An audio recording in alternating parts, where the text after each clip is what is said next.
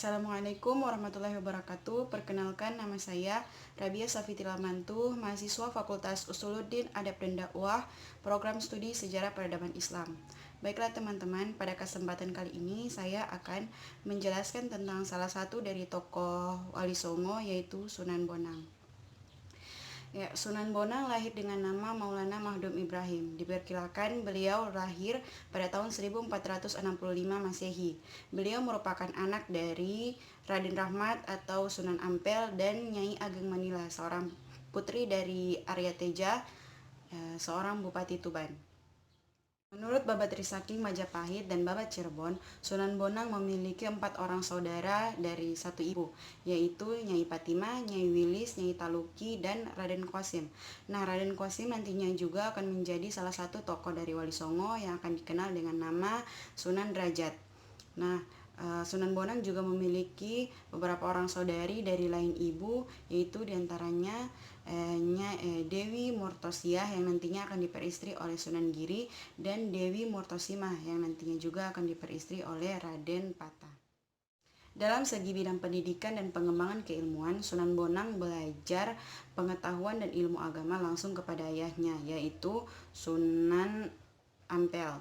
Nah, Sunan Bonang belajar bersama-sama dengan para santri-santri yang lain, yaitu ada Sunan Giri, Raden Patah, dan Raden Qasim, dan masih banyak yang lain. Nah, Sunan Bonang juga belajar kepada Syekh Maulana Ishaq sewaktu perjalanan ke Malaka bersama-sama dengan Sunan Giri untuk perjalanan ke Tanah Suci untuk naik haji. Sunan Bonang merupakan tokoh Wali Songo yang ulung dalam berdakwah. Beliau menguasai beberapa cabang keilmuan, diantaranya fikih, tasawuf, usuluddin, kesusastraan, arsitektur, dan berbagai macam ilmu kesaktian dan kedikdayaan. Menurut Babat Daha Kediri, usaha dakwah awal yang dilakukan oleh Sunan Bonang di Pedatangan Kediri memakai metode dakwah yang cenderung bersifat kekerasan.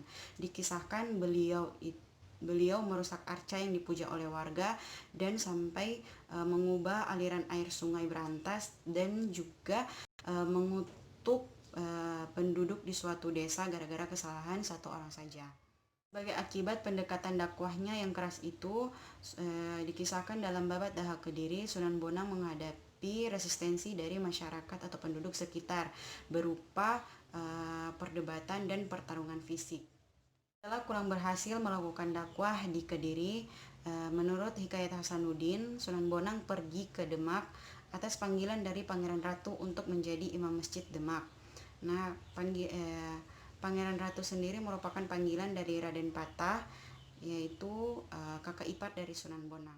Sebutan Sunan Bonang yang diberikan kepada Mahdum Ibrahim ini karena berkaitan dengan tempat tinggal barunya, yaitu di Desa Bonang di Demak. Berdakwah, Raden Mahdum Ibrahim sering menggunakan media kesenian dan kebudayaan untuk menarik simpatik dari masyarakat. Nah, salah satunya dengan menggunakan perangkat gamelan Jawa yang disebut bonang. Nah, bonang sendiri memiliki arti bon tambah nang, artinya babon tambah menang. Artinya juga baboning kemenangan, yang artinya induk dari kemenangan. Nah, bonang sendiri merupakan salah satu alat musik yang terbuat dari kuningan, berbentuk bulat, dan ada tonjolan di bagian tengah atasnya, mirip gong tapi ukuran kecil. Bonang juga memakai seni media wayang untuk melakukan dakwah. Beliau juga merupakan tokoh yang menambahkan ricikan kuda, harimau, gajah, dan kereta perang ataupun yang lain-lain untuk membabar ajaran rohani dalam bentuk pagelaran wayang. Dalam cerita historiografi dikisahkan Sunan Bonang merupakan seorang penyebar dakwah Islam yang ulet dan gigih, yang mampu mencari peluang untuk berdakwah dan mengajak orang-orang untuk belajar dan masuk Islam. Menurut catatan sejarah dalam, dikisahkan Sunan Bonang itu tidak menikah sampai akhir wafatnya. Cerita ini pun sama dengan yang ada dalam cerita Lasem. Dikisahkan Sunan Bonang semenjak tinggal di Lasem sampai tinggal di Tuban tidak memiliki seorang istri. Nah, Dalam Babat Tanah Jawi pun dikisahkan Sunan Bonang tidak menikah ataupun tidak memiliki istri dan anak sampai akhir hayatnya. Oke teman-teman, baiklah sekian dari pemaparan saya tentang Sunan Bonang.